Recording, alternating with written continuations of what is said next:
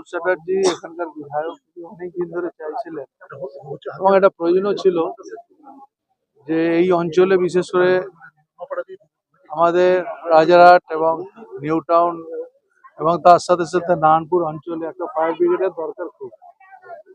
এখানে বিভিন্ন বড় বড় বাড়ি হয়েছে, পুজোর সময় কালী পুজোর সময় আমরা টেম্পোরারি ফায়ার স্টেশন এখানে করি, কিন্তু পার্মানেন্ট ফায়ার স্টেশন আমাদের ছিল। উনি একটা আমাদের জমি দান করেছিলেন, সেই জমিতে প্রায় সরকার 5 কোটি টাকার কাছাকাছি খরচা করে একটা নতুন ফায়ার স্টেশন।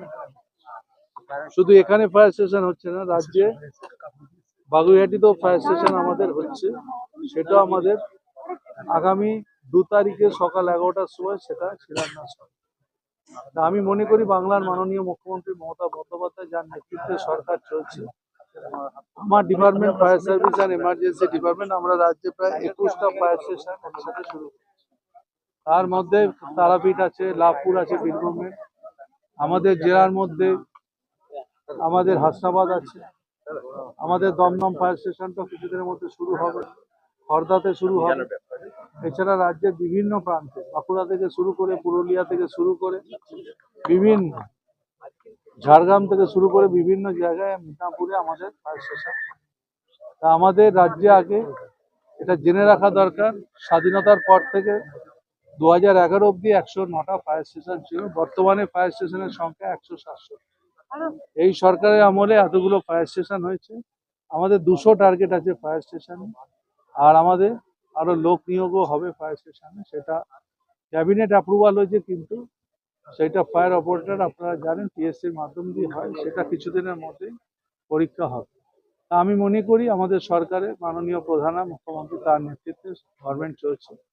ফায়ারে কিছুদিন আগে মুখ্যমন্ত্রী দেখেছেন অনেকগুলো আমরা অত্যাধুনিক ল্যাডার এনেছি, যে ল্যাডারগুলো ছোট জায়গার মধ্যে সীমাবদ্ধতা ভালো কাজ করবে এবং তার সাথে জলের ব্যবস্থা থাকছে। 100টা মোটর সাইকেল করেছি আমরা, এবং আমরা টলিগঞ্জ ফায়ার স্টেশনটা সব থেকে বড় পাইপ পাম্প ফায়ার স্টেশন আগে ছিল, ওখানে কিন্তু নতুন করে করেছি। তার সঙ্গে ট্রেনিং স্কুলও আছে, তার সঙ্গে থাকবার ব্যবস্থা আছে যারা ফায়ারের লোকজন।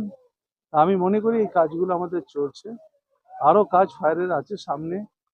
মার্চ এপ্রিল মাসে আমাদের আরো প্রায় 300-র মতো গাড়ি আমাদের আছে। কাজ শুরু হয়েছে, ওয়ার্ক অর্ডার পেয়ে গেছে, ওয়ার্ক অর্ডার পেয়ে গেছে 2 বছরের মধ্যে এটা হয়ে যাবে। আমি বললাম যে মুখ্যমন্ত্রী মমতা বন্দ্যোপাধ্যায় অনুপ্রেরণা, আমাদের বিধায়ক সম্মানীয় তাপস চট্টোপাধ্যায় দীর্ঘদিনের ইচ্ছা ছিল আমাদের এই নারায়ণপুরে আমাদের স্কুল আছে, কলেজ আছে, তার হাত ধরে আমাদের হসপিটাল গড়ে উঠেছে, কিন্তু কোনো ফায়ার স্টেশন নেই। দিনের দিন নারায়ণপুরের জনসংখ্যা অত্যন্ত বৃদ্ধি পাচ্ছে, মাঝে মাঝে প্রচুর দুর্ঘটনাও ঘটে। সেক্ষেত্রে একটা ফায়ার স্টেশন আমাদের এখানে অত্যন্ত জরুরি বিধায়ক মনে করেন। প্রতিদিন লড়াই করে বিধায়ক আমাদের মন্ত্রী সুজিত বসুর সহযোগিতায় মুখ্যমন্ত্রী মমতা বন্দ্যোপাধ্যায় অনুপ্রেরণায় 5 কোটি টাকার স্যাংশন আমরা বিধায়ক বলতে গেলে তাপস চট্টোপাধ্যায় ছিনিয়ে নিয়ে এসেছেন নারায়ণপুরবাসীর জন্য। আজকে আমাদের খুব আনন্দের দিন, ঐতিহাসিক দিন। আবার একই দিকে আমার নিজের কাউন্সিলর ফান্ড থেকে ঈশানী কমিউনিটি সেন্টার, সেটাকে সম্প্রসারণের জন্য আমি 25 লক্ষ টাকা দিয়েছি এবং সেটার ওয়ার্ক অর্ডারও হয়ে গেছে, তারও শুভ শিলান্যাস হলো। একসঙ্গে সেই কাজও হবে এবং আপনারা সামনেই দেখছেন আমাদের এই সুভাষচন্দ্র বসুর মূর্তির উন্মোচন, সেটাও আমাদের কাউন্সিলর ফান্ড থেকে হলো। এবং আগামী দিনে পিকে ব্যানার্জির মূর্তি আমরা নারায়ণপুরে উদ্বোধন করব, এবং সুকান্তপল্লীতে মুক্তমঞ্চ আমার কাউন্সিলর ফান্ড থেকে করেছি, সেটা উদ্বোধন করব। এবং দক্ষিণ নারায়ণপুরে এটা খুব সুন্দরভাবে আমরা আদিবাসী বলে একটা কমিউনিটি সেন্টার, ঝুলন্ত কমিউনিটি সেন্টার, সেটারও আমরা খুব শিগগিরই উদ্বোধনের দিকে যাবো। একগুচ্ছ কর্মসূচি, আমাদের বিধায়ক আমাদের গর্ব, 24 ঘন্টা মানুষের পাশে থেকে কাজ করেন মুখ্যমন্ত্রী মমতা বন্দ্যোপাধ্যায়ের অনুপ্রেরণা। আর ঠিক একদম দোল হোলির আগে এবং ঈদের প্রাককালে শুভক্ষণে এত সুন্দর একটা শুভ সূচনা হলো আমাদের নারায়ণপুরবাসী একটা অত্যন্ত সকলে আনন্দিত এবং গর্বিত। দিদি, এই কাজটা কবে থেকে এই প্রজেক্টটা শুরু হবে? আজকে শিলান্যাস হলো, এবার কাজ শুরু হবে। মন্ত্রীর মুখে যেটুকু শুনেছি 1.5 থেকে 2 বছরের মধ্যে আমাদের তার শুভ উদ্বোধন হবে। এই নারায়ণপুরের মানুষরা কতটা পরিষেবা পাবে থেকে? এত সুন্দর এখান থেকেই এবার পুরো রাজারহাট নিউ টাউন বিধানসভা, শুধু এটা 3 নম্বর রোডে নারকেল বাগানে এখানে জায়গাটা পাওয়া গেছে বলে তা না, এতে পুরো রাজারহাট নিউ টাউন বিধানসভা জুড়ে যখনই কোনো দুর্ঘটনা ঘটবে, ভগবান না করুক এরকম দুর্ঘটনা না হলে, এখান থেকেই পরিষেবা হবে। এইটা কত টাকার প্রজেক্ট দিদি? প্রায় 5 কোটি টাকা। ধন্যবাদ।